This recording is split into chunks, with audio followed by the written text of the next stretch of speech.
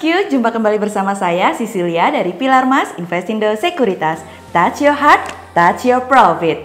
Nah, kali ini pada segmen ngemil alias ngebahas emiten lebih dalam, saya sudah tidak sendiri tapi bersama 3 orang hebat dari PT Mitra Investindo Tbk atau yang biasa disebut dengan kode emiten MITI. Nah, di samping saya sudah ada Bapak Andreas, Bapak Edi, dan Bapak Bambang. Gimana Bapak-bapak, sehat semua? Alhamdulillah baik ya, pastinya ya. Dan hari ini sudah semangat banget ya, kita akan membahas lebih dalam tentang emiten MITI ini ya. Oke deh, kalau begitu pastinya Bosku juga tidak sabar kan? Maka dari itu jangan kemana-mana ya Bosku, tetap di channel Pilar Mas Investindo Sekuritas. Touch your heart, touch your profit.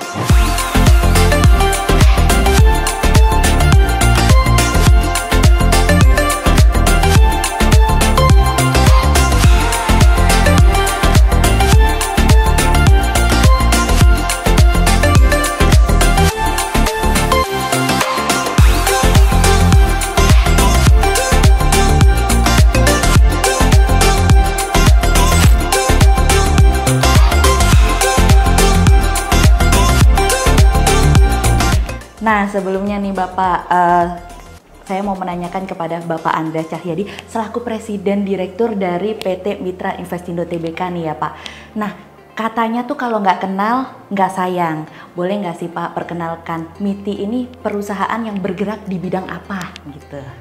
MITI ini awalnya perusahaan multi finance yang masuk bursa di tahun 1997. Sudah lama. Sudah lama. Nah, dalam perjalanan itu udah beberapa kali pemegang sahamnya beralih. Yang terakhir ini pemegang sahamnya itu BBU, Baruna Bina Utama. Yang sekarang itu bergerak di bidang perkapalan, pergudangan, bongkar muat, stipuling. Nah, itu yang kita sekarang sedang lakukan. Ya. Dan kedepannya kita akan masuk ke bidang EBT, energi terbarukan ya Pak. Terbarukan. Nah, itulah sejarahnya MITI dari tahun 97 sampai sekarang. Ya, yang sekarang ini mulai dari tahun 2020 ya Pak ya, 2020 menghidupkan kembali MITI yang pada saat itu disuspensi. Ya, dengan memasukkan aset-aset yang bagus ke perusahaan ini sehingga perusahaan ini bisa bangkit kembali. Baik. Berarti ini itu adalah sebuah wajah baru begitu ya Pak ya dari MITI ya, dari yang tadinya multi finance terus kemudian sekarang berkembang menjadi perkapalan gitu ya. Logistik gitu. Baik. Nah Pak Andreas, kalau boleh tahu kenapa pada akhirnya MITI memutuskan untuk berganti ke perkapalan logistik begitu nih Pak? Seperti yang saya bicarakan tadi, awalnya kan multi finance, terus berganti ke batu granit pertambangan ya. Dan dari situ kita lepaskan batunya, masuklah oil and gas, bisnis oil and gas. Nah, terjadilah pergejolakan harga sehingga MITI-nya tidak bisa survive dengan bisnis oil and gas karena tidak ada income. Perusahaan disuspensi oleh otoritas. Ya kan? Hampir 2 tahun sudah menghadapi delisting, kita bantu mencari rekan-rekan yang bisa memasukkan satu bisnis yang baru. Ya, nah disitulah kita masuk dengan perkapalan. Sehingga perusahaannya bisa hidup kembali, suspensinya dicabut. Siap. Berarti ini benar-benar sebuah cerita yang luar biasa ya Pak, bagaimana survival begitu ya, perjuangannya sampai saat ini benar-benar luar biasa nih ya Pak ya. Maju tak gentar, tetap semangat. Dengan perkapalan dan bisnis yang baru ini masuk, tentunya pemegang saham yang lama sudah exit. Ya, masuklah barang ini ke MITI gitu.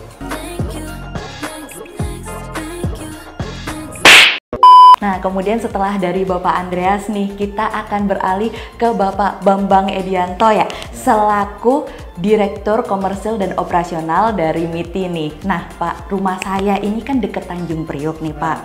Soal perkapalan ini saya sering dengar, tapi boleh nggak sih Pak jelasin gimana sih tentang bisnis perkapalan ini?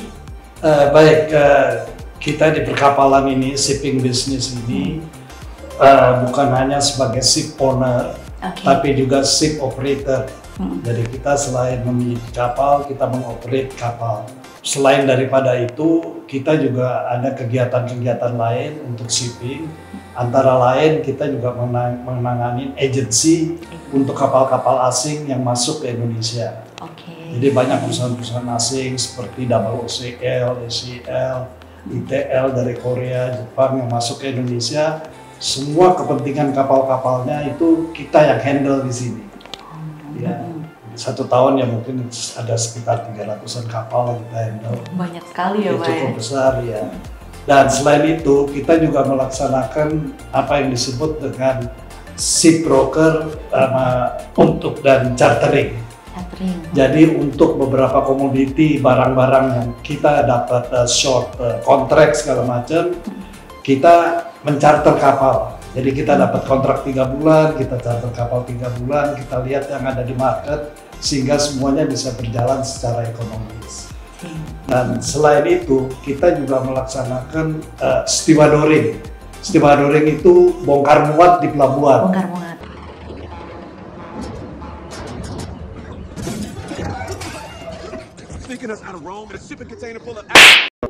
Jadi kapal-kapal yang kita handle tadi, yang agensinya, prinsipalnya kita punya, barang-barang yang dibongkar itu kita juga yang laksanain.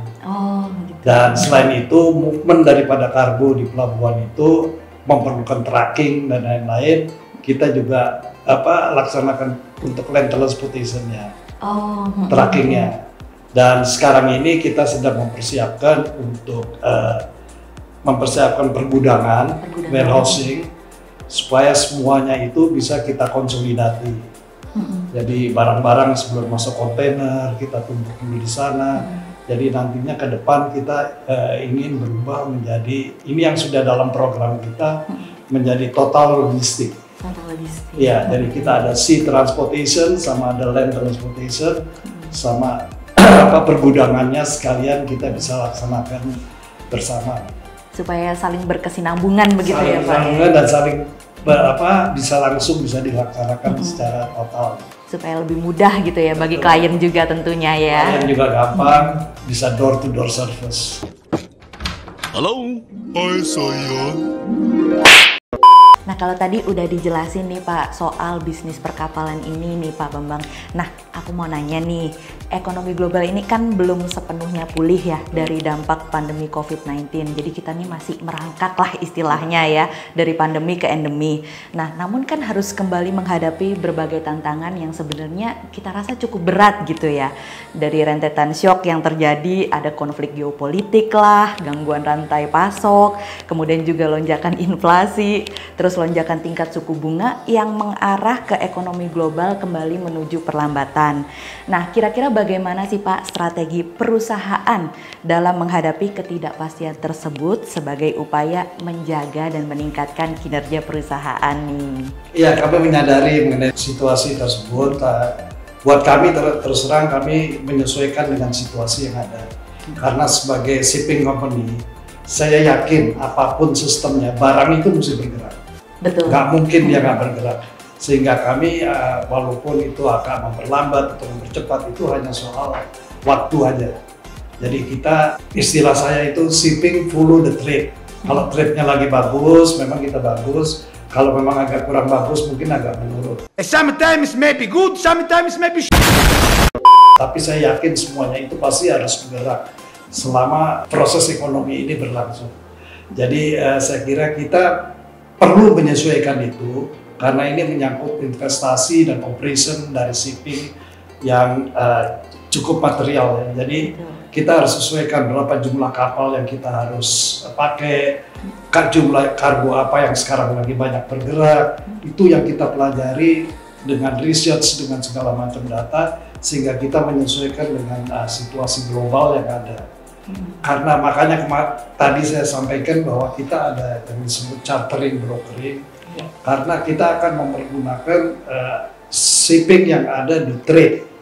Kapal-kapal ini kan bisa bebas di Asia, bisa bebas di Jepang, bisa bebas di Korea. Kalau kapal sendiri kan saya harus kirim kapal segala macam sulit. Karena kita punya sistem, punya network dengan para broker dan ship owner, kita selalu punya informasi mengenai di mana posisi itu kapal itu ada dan di mana barang-barang yang kita punya kontrak dan akan kita jalankan itu kita sesuaikan dengan kondisi itu. Baik. Jadi saya yakin walaupun situasinya naik turun itu saya kira dalam trading biasa, tapi saya tetap punya keyakinan walaupun kita udah pakai sistem internet, sistem semuanya online segala macam, tapi barangnya kan mesti bergerak. Betul. Walaupun mesinnya nggak bergerak. Gitu. Ya, walaupun online juga barangnya tetap harus dikirim ya Pak. Betul, ya. Barangnya kan mesti dikirim, nggak bisa enggak gitu. Betul.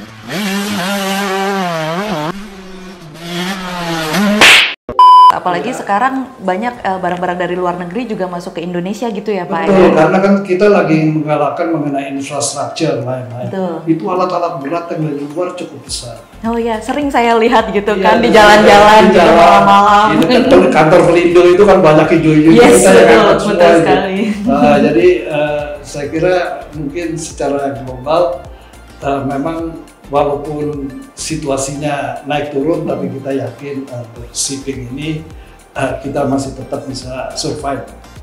Kalau gitu kita beralih ke Pak Edi Suhardaya nih selaku Direktur Keuangan. Dari tadi belum kedengaran suaranya nih. Kalau Pak Bambang udah, Pak Andreas juga udah. Nah sekarang saya mau nanya ke Pak Edi nih. Pada tahun 2023, MITI ini kan memproyeksikan pendapatan 65% dari bisnis bongkar muat, 19% dari penyewaan kapal, dan 16% dari manajemen kapal dan layanan jasa. Kinerja keuangan MITI sangat positif nih Pak pada kuartal 1 2023 yang dimana meningkat signifikan dari sisi pendapatan sebesar 296% year on year. Apakah ini merupakan keberhasilan akuisisi yang dilakukan sebelumnya nih Pak? Dan bagaimana proses dari bisnis tersebut? Baik, tadi kan sudah disampaikan Pak Andreas bahwa akuisisi kita dari pertama Wasesa Line di Desember 21, kemudian di Desember 22 tambah Karana dan Karya Turbo. Tentunya tadi di Wasesa ada ship management dan kapal milik, Karana juga ada tambah yang bukan muat, itu yang karakter umum. Nah, benar yang disampaikan Mbak bahwa kontribusi stevedoring dia paling tinggi. Tadi dianggarkan 65, itu sampai dengan sekarang mungkin sudah sekitar 67% disumbang oleh stevedoring. Di mana stevedoring itu merupakan proses lanjutan dari keyakinan kapal yang dengan Radianto. Nah, kalau ngomong soal kinerja, betul bahwa dengan adanya akuisisi Desember tadi, itu menyumbang pertumbuhan kontribusi yang sangat luar biasa. Tadi yang pendapatan sudah sangat besar, kemudian laba kita juga naik hampir 400%. 400%, luar di biasa. Semester 1 2023. Karena di semester 1 2023, laba berjalan kita sudah mencapai 31,6 miliar, sementara semester 1 tahun 22 hanya 6,4, bahkan yang full year di 2022 itu hanya 15 miliar. Artinya di semester 1 sudah 2 kalinya dari full year tahun lalu. Luar biasa. Nah, itu yang tidak terlepas dari masing-masing entity tadi udah menjumlah yang besar. Memang posisi terbesar masih di stevedoring, sehingga kesimpulannya apa? Bahwa kinerja ini memang bukti dari keberhasilan sebuah akuisisi yang dilakukan Desember. Salah satu itu, Pak.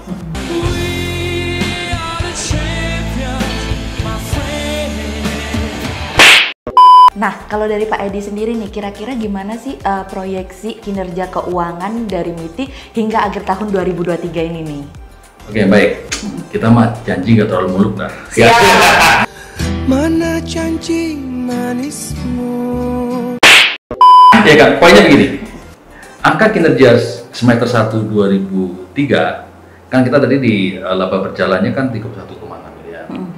Anggaplah, ceteris paribus, kalikan 2 aja. Kalikan 2 aja. Iya dong, semasa tahun sehingga menjadi 63 miliar. Kemudian porsinya MITI ada sekitar 50 miliar karena yang 30% milik KAL masih dimiliki. bikin pihak lain. Sehingga kalau kita bicara proyeksi, tentunya laba per saham kita targetnya tahun depan bisa mencapai Rp14 per saham. Luar biasa pastinya. Nih, beli saham berarti ya besok ya sahamnya MITI ya, yang banyak gitu. Kalau kita udah bahas tentang tahun 2023 nih Pak, nah bagaimana nih outlook dan target bisnis perusahaan MITI tentunya di tahun 2024? Kan tadi udah bahas yang 2023 nih Pak. Nah 2024 ini kan tahun politik terutama ya Pak ya. Nah sementara ekspansi bisnis tetap berjalan, apakah ada kekhawatiran nih untuk perubahan regulator nantinya di tahun 2024? Saya rasa tadi sudah disampaikan Pak Dianto bahwa walaupun ada politik, ada peristiwa apapun, barang mesti bergerak.